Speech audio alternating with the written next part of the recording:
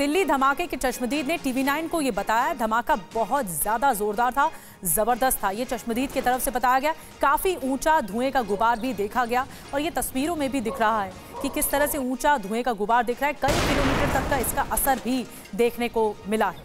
जांच आगे बढ़ रही है। एनएसजी की रिपोर्ट का इंतजार है कि अब एनएसजी ने जो जांच पड़ताल की है, फॉरेंसिक्स ने अपना काम किया है, वहां से सबूत इकट्ठा किए हैं। अब आगे जांच बढ़ रही है। जिस वक्त धमाका हुआ उस वक्त नरेश कादियान नाम के जो शख्स हैं वो ठीक यहाँ पर बैठ करके अपना काम कर रहे थे। ये खिड़की खुली हुई थी, सामने बिल्कुल साफ नजर आ रहा था। नरेश जी हमारे साथ मौजूद हैं। नरेश जी, सुबह जब कल धमाका हुआ आप यहाँ पे क्या कर रहे थे, किस तरीके से आपने धमाका देखा?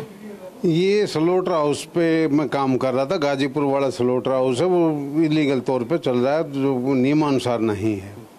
एनजीटी में मैंने केस किया हुआ, उस सिलसिले में रिसर्च का काम कर रहा था। यहाँ बैठ के 6 बजे 6:30 बजे मैं आया था, तो 7:30 बजे 7:50 पे 40 पे मेरे को धमाके की आवाज़ सुनी और खिड़की हिली मेरी। तो खिड़की हिली तो फिर धुआं का गुब्बारा उठा, तो उस टाइम मैंने वीडियो बनाया और 112 पे पुलिस कॉल कर दी। उसके बाद आप आगे की तरफ गए या क्या देखा आपने कि पुलिस, चूंकि यहाँ पे अंदर भी आई थी फोर्स जो थी, आपने देखा फोर्स आई थी, क्या चेक कर रहे थे, कुछ देखा आपने? वो जो ऑफिसर थे पुलिस वाले, वो बाहर अपने चेक करने के बाद वो अंदर आए थे इसके सीआरपीएफ के परमिसेस में, क्योंकि जैसे बताया गया दीवार में छेद भी हुआ है। तो काफी देर तक उन लोगों ने सर्च किया यहाँ पे?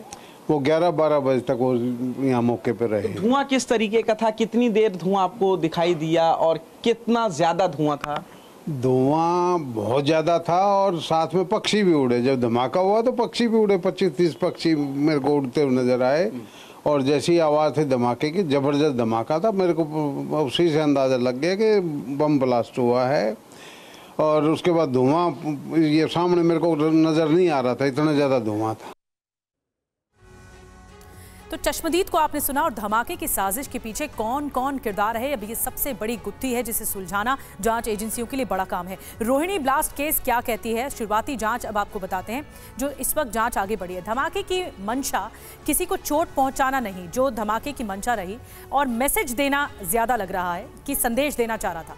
कारण क्या, छुट्टी वाले दिन ब्लास्ट किया गया, वो इसी तरफ इशारा करता है। वजह इसीलिए ये सामने आ रही है कि मकसद नहीं था, लेकिन छुट्टी वाले दिन पे निशाना किया गया।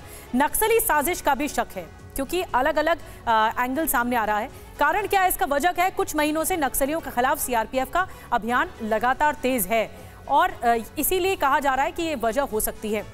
एक और हाथ बताया जा रहा है, पाकिस्तानी लिंक। क्यों बताया जा रहा है, इसका वजह क्या है? वायरल पोस्ट में आतंकी संगठन के नाम पर ब्लास्ट की जिम्मेदारी है, तो इसीलिए ये कहा जा रहा है कि 3 एंगल से जांच पड़ताल आगे बढ़ रही है, जिसके तहत जांच एजेंसियां के जो कान हैं वो चौकन्ना है। और पुनीत हमारे साथ लगातार बने हुए हैं। पुनीत, हम चाहेंगे कि जिस जगह आप हैं धमाके वाली जगह पर, वो तो दिखाएं ही, लेकिन इसमें इन्वेस्टिगेशन किस डिटेल में निकलकर सामने आ रही है? क्यों आखिर छुट्टी वाले दिन इस एरिया को निशाना बनाया गया, वो भी सीआरपीएफ स्कूल के सामने? ये जो पूरी गतिविधि हुई, क्या सीआरपीएफ टारगेट था? इसको लेकर एक मैसेज देना था? बिल्कुल, देखिए ये जो 3 एंगल हैं जिसमें खासतौर से सीआरपीएफ स्कूल की दीवार को टारगेट किया गया है, वो ये भी हो सकता है कि नक्सली इसके पीछे हों और पाकिस्तानी हाथ भी हो सकता है, तीसरा खालिस्तानी हाथ भी हो सकता है। ये सबसे पहले आपको दिखाना चाहूँगा, ये जो दीवार है हाई इंटेंसिटी ब्लास्ट था। जब ये ब्लास्ट हुआ तो उसके बाद यहाँ पर पूरा जो दीवार में आपको छेद नजर आएगा, ये दीवार में छेद हो जाता है। लगभग आधे फीट मोटी दीवार है, काफ़ी मजबूत दीवार है और इसके चारों तरफ आप देखेंगे दूर तक ये पूरी दीवार पे काला काला जला हुआ चीज़ है, यानी कि ये जो केमिकल जिसका इस्तेमाल किया गया था वो पूरा इसके दीवार के ऊपर तक रहा। जो सीसीटीवी पुलिस के हाथ में लगी है उसमें साफ नजर आ रहा है एक संदिग्ध सफेद टी-शर्ट पहने, जो कि एक रात पहले यहां पर उस वक्त पहुंचता है, काफी देर यहां पर रहता है और उसके बाद यहां से जाता है। यानी कि जो प्लानिंग थी पहले से की जा रही थी, लेकिन एग्जीक्यूट उसको एक रात पहले किया गया था और टोटल 3 संदिग्ध इसमें नजर आ रहे हैं। ब्लास्ट कुछ इस तरीके से किया गया था कि एक पॉलिथीन ली गई थी, पॉलिथीन के अंदर जो एक्सप्लोजिव था था उसको रखा गया और यहाँ पे बाकायदा गड्ढा खोदा गया पेड़ के पास में, दीवार और पेड़ के बीच में जो गड्ढा नजर आ रहा है, यहाँ पे गड्ढा खोदा गया था। लगभग आधे से 1 फीट का ये गड्ढा था और उसके बाद उसको कूड़े से ढक दिया गया था। कूड़े से ढकने के बाद अगले दिन सुबह 7:45 करीब में ये यहाँ पर ब्लास्ट हुआ था। साफ तौर पर नजर आ रहा है कि इंटेंसिटी किसी को मारने या जख्मी करने की नहीं थी। बम को इस तरीके से प्लांट किया गया था कि धमाका भी हो जाए और उसकी गूंज जहां तक देनी है वहां तक पहुंच भी जाए। ये एक बड़ा मामला है जिसको जहन में रख करके जो तमाम इन्वेस्टिगेटिव एजेंसीज हैं वो काम कर रही है, क्योंकि ये धमाका अगर एक दिन बाद या एक दिन पहले होता तो काफी कैजुअलिटी हो सकती थी। बच्चे यहां से निकलते हैं, स्कूल की बसें यहां पर रुकती है, लेकिन ये जो धमाका था वो बिल्कुल दीवार में किया गया और ऐसी जगह किया गया जहां पर अमूमन कोई ना जाता हो। और जो समय चुना गया था वो एकदम सुबह का समय चुना गया था ताकि कोई जख्मी ना हो। लेकिन इसमें दूसरा एंगल भी है जिस पर पुलिस जांच करी, वो ये भी हो सकता है कि धमाके की टाइमिंग गलत हुई हो, वो मिस की गई हो। टाइमिंग धमाका किसी और वक्त में होना हो, शायद सोमवार को होना हो और ये धमाका पहले हो गया। तो ये कई एंगल हैं जिनको लेकर के अब इन्वेस्टिगेटिव एजेंसीज जांच कर रही है।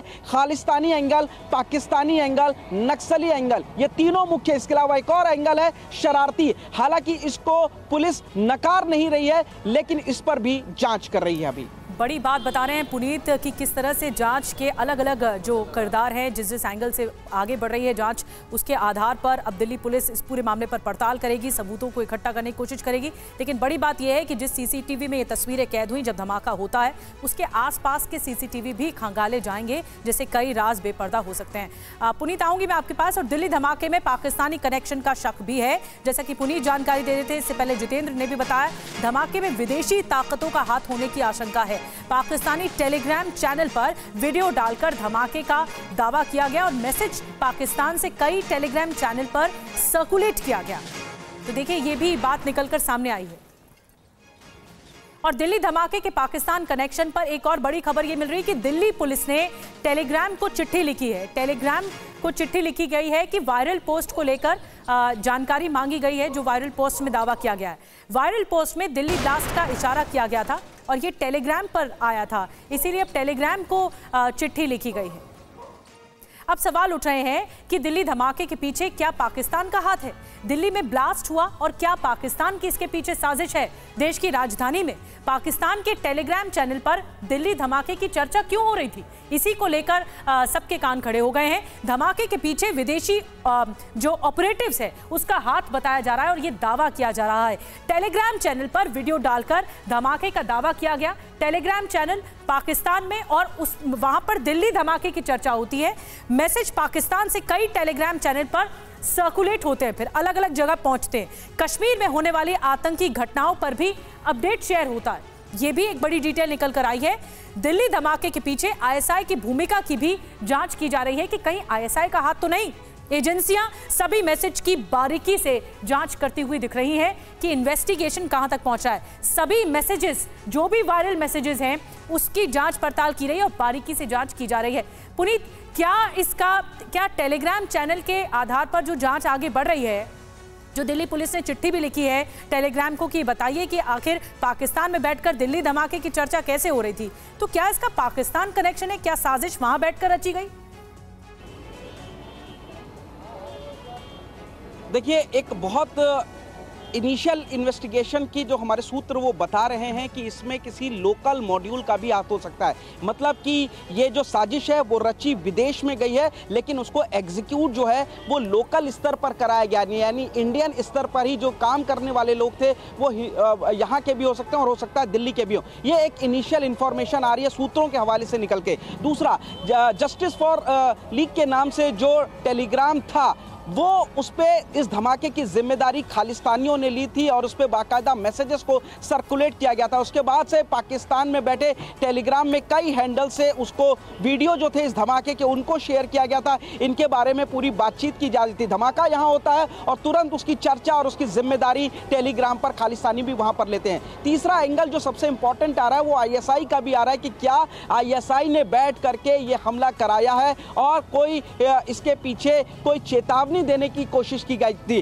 कुल मिलाकर के इस पूरे इलाके में जो सीसीटीवी में संदिग्ध नजर आया है, तो 24 घंटे का यानी ब्लास्ट से पहले का और 12 घंटे बाद तक का जो पूरा डेटा, डंप डेटा है मोबाइल टावर्स का, उनको अब इकट्ठा किया जा रहा है कि कौन कौन से मोबाइल यहां पर एक्टिव थे, किन मोबाइल के जरिए विदेशों में बैठकर के बातचीत हुई है, क्या वीओआईपी नंबर का इस्तेमाल किया गया है, क्या इंटरनेट के जरिए बाहर विदेश में बैठे लोगों से बातचीत की गई है और वहां से उनको दिशा निर्देश मिला और उसके बाद इस पूरे मामले को यहां पर एग्जीक्यूट किया गया है। यहां पर डंप डेटा काफी इंपॉर्टेंट हो जाता है, जो कई मोबाइल टावर का इस वक्त इकट्ठा किया गया है। दूसरा, आसपास के कई किलोमीटर एरिया, लगभग 10 किलोमीटर एरिया का जो सीसीटीवी है उसको खंगाला जा रहा है। जब सबसे क्लोज सफेद टी शर्ट पहने शख्स का सीसीटीवी पुलिस के हाथ लगा है, तो उस पूरे रूट को भी खंगाला जा रहा है कि आखिर वो सफेद टी शर्ट पहने शख्स वो किस तरफ से आया था, क्योंकि वो काफी देर तक ब्लास्ट वाली ठीक इसी जगह पर रहा था और यहीं पर गड्ढा बनाया गया था, वहीं पर जो